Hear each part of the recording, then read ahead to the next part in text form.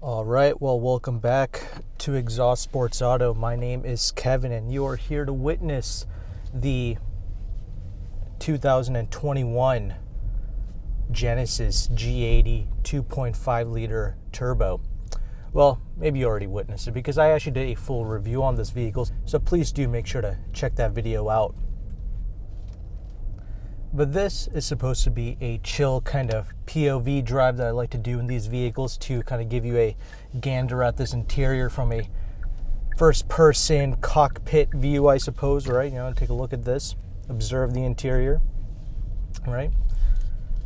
This is my most favorite interior in this class and even beyond its class. So let's give it a nice little launch here.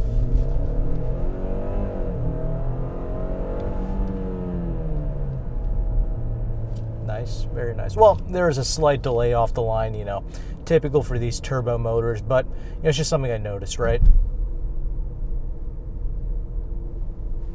But this is the 4-cylinder model, and like I mentioned in the review, this is plenty of power for the street and to propel this particular vehicle. Actually, this vehicle weighs about 4,300 pounds with the all-wheel drive. It is a Prestige fully loaded trim, so 4,300 pounds in this 300 horsepower, 311 pounds-feet of torque.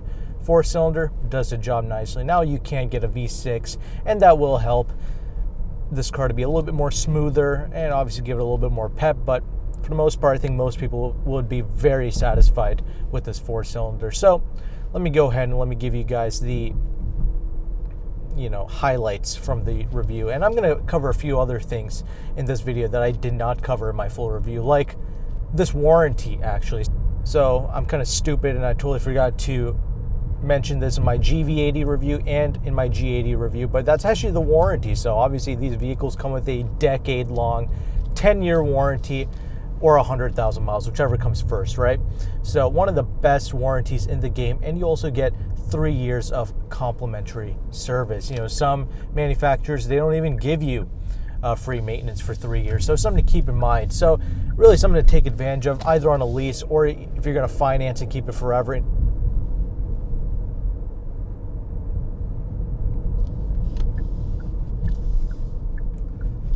Here, go ahead, bust this corner. So the reality of this vehicle is, well, this new G80, it's really a comfy cruiser now, not really a sports sedan. So obviously there's going to be body roll with this vehicle, you know, that's to be expected, right? You got a little Kia Stinger right there, you know, it's not a Stinger, right? It's supposed to be a comfy cruiser. That's what they went for, and I really appreciate that. I previously had the 2018 G80, loved that car, but this is softer and quieter than that vehicle. And as we merge onto this highway here, right, dude, this is one of the quietest cars that you're going to be getting for this price for sure. Truck driver doesn't really want to let me in. That's okay.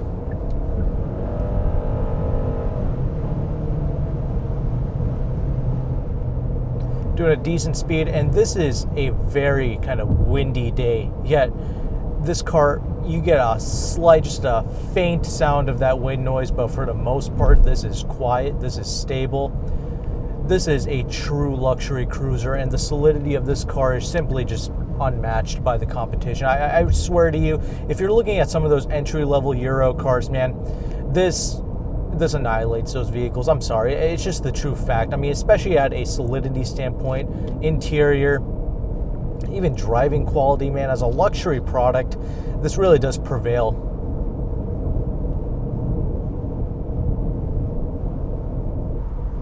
Brakes inspire a lot of confidence, that's for sure.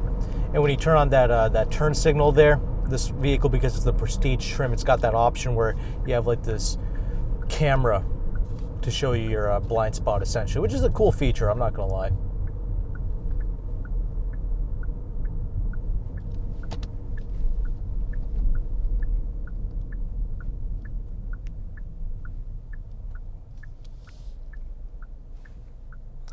But this car, you know, it's gotten plenty of attention. Oh my gosh, this car and the GV80 both dude, you are a celebrity when you drive this vehicle. It is stupid how much attention this car gets, man. And please observe that grill up in the front. Now that is a proper grill. You know, I think you could fit a 50-gallon water heater through that grill, and that's a sign of true luxury. If you can't fit a 50-gallon water heater through a grill, it's not a real grill. It's not real luxury. So there you go. But no, seriously, this car, it's got a nice cohesive design. You know, everything flows. Yeah, that's a blingy front end, but hey, that's what attracts attention. That's what makes people gawk at this thing, and that's what gravitates people towards this vehicle. You know, that's why this car has such a, you know, six-figure aura to it, six-figure gravity to it as it rolls down the road, as people observe it. You know, it's people in Benzes like that little AMG right there, that are observing this car. Right, and that's what makes this car incredible. People in $70, $80, $90, $100,000 vehicles that are taking notice of this car because it has a six-figure kind of look and feel to it, right? Not just from the exterior, but also in the interior. And again, I cover more of that in detail in my full review.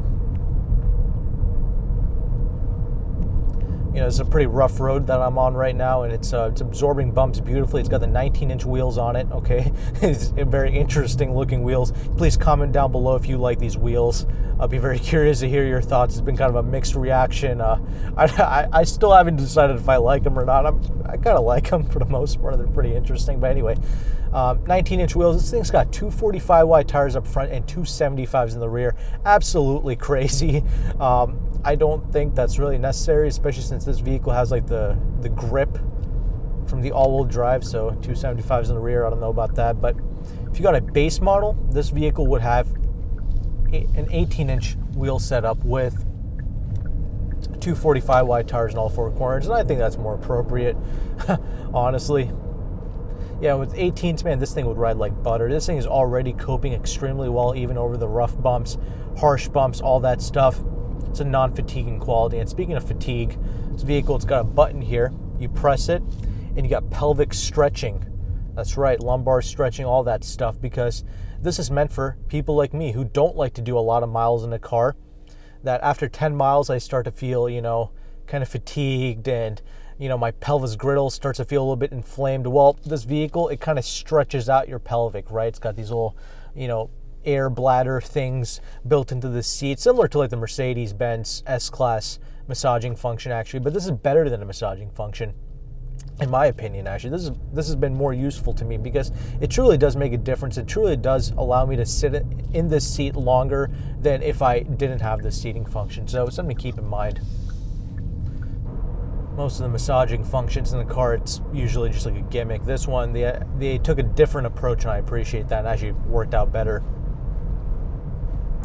Really, my only major cons that I mentioned in my review was actually this infotainment screen. It looks stunning. You know, everything here looks absolutely incredible. But my problem with this is that it's become really difficult to use. You know, there's like a lot of menus and everything going on here. It is a touch screen, fortunately, but this rotary dial thing is kind of an enigma to me. Not really sure how to properly use that, but you know, it's something you have to get used to. And I think if you lived with the car, you can get used to it because it is kind of cleanly laid out here. But it's a lot of menus. Make sure you study this. A lot of features, a lot of adjustments that you can do with this car, so you can have fun with it. I get why Genesis went this route. You know, this is what most people want in today's luxury car, essentially.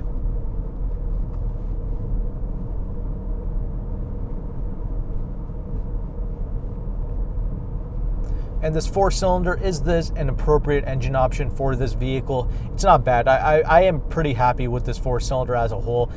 It's only when you rev this car out in its entirety, like to redline, that's the only time where you kind of notice the vibrations from the 4-cylinder. Otherwise, man, this is actually a pretty smooth motor. You know, half throttle maneuvers, this actually does great. So I do appreciate that, and I think most people will too. In the GV80, I'm going to have to require that twin turbo V6. Obviously, that'll be great here, and the maximum curb weight of this vehicle with all-wheel drive and a twin turbo V6 for the G80 would be about 4,500 pounds. So something to keep in mind, but as a whole, man, I've really enjoyed my time driving this vehicle. It's been smooth, it's been elegant.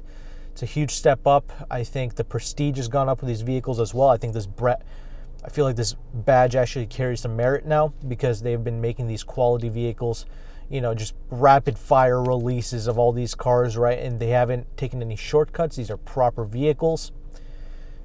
yeah, man, I think most people, you're doing yourself a disservice if you don't check this out. But you know, I really enjoyed it. At least give it a chance. At least test drive it. And if you're one of those people where you just, constantly you're in and out of vehicles, you're leasing cars, you're trading them out after a year or two. I mean, give this vehicle a chance at least. I think it's worth it. I think it's worth putting on your driveway. Nobody's going to scoff at it. Everybody appreciates it. Everybody loves it. So with that, you let me know your thoughts down in the comment section below. But thank you very much for watching this video. Take care and goodbye.